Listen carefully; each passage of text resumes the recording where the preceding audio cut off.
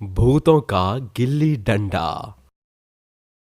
सोनलपुर के एक छोटे से गांव में एक जग्गू नाम का छोटा सा बच्चा अपने पिता घनश्याम और अपनी माँ सुमित्रा के साथ रहता था। जग्गू को गिल्ली डंडा खेलना बहुत ही पसंद था, इसीलिए वो सुबह ही अपने दोस्तों के साथ गांव के मैदान में गिल्ली डंडा खेलने चला जाता था। अरे ओ राकेश, देखना इस बार मेरी गिल्ली बहुत दूर जाएगी और साथ ही इस बार की शर्त मैं ही जीतूंगा। बड़ा आया शर्त जीतने वाला, तेरी गिल्ली को तो मैं यूं ही पकड़ लूंगा, तू देख तो सही। दोनों खूब गिल्ली डंडा खेलते हैं, जिसके बाद गिल्ली डंडे की शर्त में जग्गू जीत जाता है। उसके बाद जब घर पहुंचता है तो उसकी माँ उससे पूछती है, अरे बेटा जग्गू, तुमने ये क्या हालत बना रखी है? हाँ, जरा अपने आप को देखो तो सही, कितने गंदे लग रहे हो तुम। माँ, वो गिल्ली डंडा खेलते समय। क्या कहा? गिल्ली डंडा? तू आज फिर गिल्ली डंडे की शर्त जीत कर आया है क्या? माँ, क्या आप हमेशा मुझे डांटती रहती हो। अरे मैं गिल्ली डंडा ही तो खेल कर आया हूँ। और क्या हुआ अगर मैं शर्त पर कुछ पैसे जीत गया तो? वैसे भी आप लोग मुझे पैसे तो देते नहीं हो, कम से कम मैं इसमें अपना खर्चा तो निकाल लेता हूँ। तभी वहाँ घनश्याम आता है और जग्गू की बात सुन लेता है। बेटा, ये सब ठीक नहीं है, हम गरीब हैं, इसका मतलब तुम्हें इस तरह पैसे नहीं कमाने चाहिए, ये एक जुए की तरह है। अपने पिता के आगे जग्गू कुछ नहीं कह पाता, इसीलिए वो वहाँ से गुस्सा होकर जंगल में चला जाता है और एक पेड़ के नीचे जाकर बैठ जाता है। जब देखो माँ पिताजी मुझे गिल्ली डंडे के लिए डांटते रहते हैं। अरे इन्हें और कोई काम ही नहीं है क्या? यहाँ तो कोई मेरा दोस्त भी नहीं है, मुझे अकेले ही गिल्ली डंडा खेलना होगा। जग्गू जंगल में ही गिल्ली डंडा खेलने लगता है।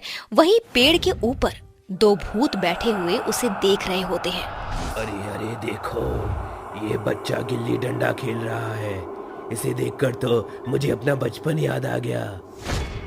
हाँ हाँ, मुझे भी बचपन में मैं गिल्ली डंडे में सबसे आगे था, कोई भी मेरे आगे टिक नहीं पाता था। फिर तो हो ही जाए मुकाबला, चलो हम इस बच्चे के साथ गिल्ली डंडा खेलते हैं। लेकिन ये बच्चा हमें देखेगा तो यहाँ से डरकर भाग जाएगा, चलो पहले हम अपना रूप बदल लेते हैं। वो दोनों गांव के आदमियों का रूप बदल लेते हैं, जिसके बाद वो दोनों जग्गू के पास जाते हैं और उसे कहते हैं, अरे वाह बेटा, तुम तो बहुत अच्छा गिल्ली डंडा खेलते हो, क्या हम भी तुम्हारे साथ खेल सकते हैं? हाँ हाँ, क्यों नहीं, वैसे भी मैं अकेला खेलकर बोर हो गया था, चलो हम मिलकर खेलते हैं। दोनों भूत अपना भेष बदलकर जग्गू के साथ खेलने लगते हैं और उन्हें खेलते खेलते शाम हो जाती है। तभी जग्गू कहता है, अरे शाम हो गई, मेरी माँ मेरा इंतजार कर रही होंगी, अगर समय से घर नहीं पहुँचा ना तो पिताजी बहुत मारते हैं, चलो मैं जाता हूँ। जग्गू की बात सुनते ही दोनों भूत जग्गू को पकड़ लेते हैं और अपने असली रूप में आ जाते हैं, जिसके बाद जग्गू बहुत डर जाता है। मुझे छोड़ दो, मुझे जाने दो, मैंने तुम्हारा क्या बिगाड़ा है? मैं तो तुम्हारे साथ खेल ही तो रहा था। आज तो तूने भूतों के साथ गिल्ली डंडा खेल लिया, तो बता हम दोनों में से किसने अच्छा खेला? भूत अंकल, आप दोनों ने ही बहुत अच्छा खेला, लेकिन मुझे जाने दो, मुझे छोड़ दो। एक शर्त पर छोड़ेंगे, अगर तू कल फिर हमारे साथ गिल्ली डंडा खेलने आएगा तो। हाँ हाँ, बिल्कुल मैं आऊंगा और समय से पहले ही आ जाऊंगा, लेकिन मुझे जाने दो अभी। अगर तू कल समय से नहीं आया तो मैं तेरे घर आकर तुझे और तेरे माता पिता को कच्चा खा जाऊंगा। ये कहकर दोनों भूत उसे छोड़ देते हैं, जिसके बाद वो जंगल से भागता हुआ सीधा अपने घर आकर रुकता है। उसकी फूली हुई सांस देखकर उसकी माँ उससे पूछती है, अरे जग्गू बेटा, क्या हुआ तुम्हें? बताओ मुझे, किसी ने मारा है क्या तुम्हें? जग्गू बहुत डरा हुआ होता है, इसीलिए वो चुपचाप जाकर अपने कमरे में लेट जाता है। अरे जग्गू की माँ, ये जग्गू को क्या हुआ है जो बिना किसी से कुछ कहे ही अपने कमरे में चला गया? अरे आप ही ने सुबह उसे डांटा था, अब देखो अपनी डांट का नतीजा, पिता होकर अपने बेटे को नहीं मना सकते। सुमित्रा और घनश्याम दोनों ही जग्गू के लिए परेशान हो जाते हैं। वहीं दूसरी तरफ जग्गू को ना चाहते हुए भी भूतों के साथ गिल्ली डंडा खेलना पड़ता है। एक दिन वो जंगल से वापस आ रहा था, तभी रास्ते में उसे उसका दोस्त राकेश मिल गया। जग्गू, ओ जग्गू, कहाँ जा रहा है? कितने दिन हो गए तूने मेरे साथ गिल्ली डंडा नहीं खेला। चल आजा गिल्ली डंडा खेलते हैं। कोई गिल्ली डंडा नहीं खेलना मुझे, चले जाओ यहाँ से तुम।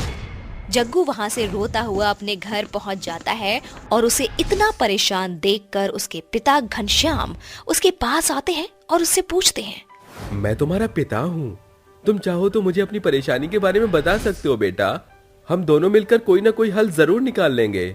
अपने पिता का ये बर्ताव देख जग्गू खुश हो जाता है और वो बड़े ही नरम तरीके से भूतों के बारे में अपने पिता को बताता है। रो मत बेटा, मैं तेरे साथ हूँ। अब हम दोनों मिलकर उन भूतों का गिल्ली डंडा निकालेंगे। अगले दिन जग्गू अपने पिता के साथ जंगल में भूतों के साथ गिल्ली डंडा खेलने चला जाता है। अरे ये किसको ले आया तू? ये हमारे गांव के गिल्ली डंडा चैंपियन हैं और तुम्हारे साथ गिल्ली डंडा खेलने आए हैं। ये क्या हमारे सामने टिक पाएगा? इसे तो हम अभी बताते हैं। दोनों भूत घनश्याम के साथ गिल्ली डंडा खेलने लगते हैं, जिसके बाद घनश्याम उन दोनों को बहुत बुरी तरह हराता है। सही कहा था तुमने, ये तो चैंपियन है।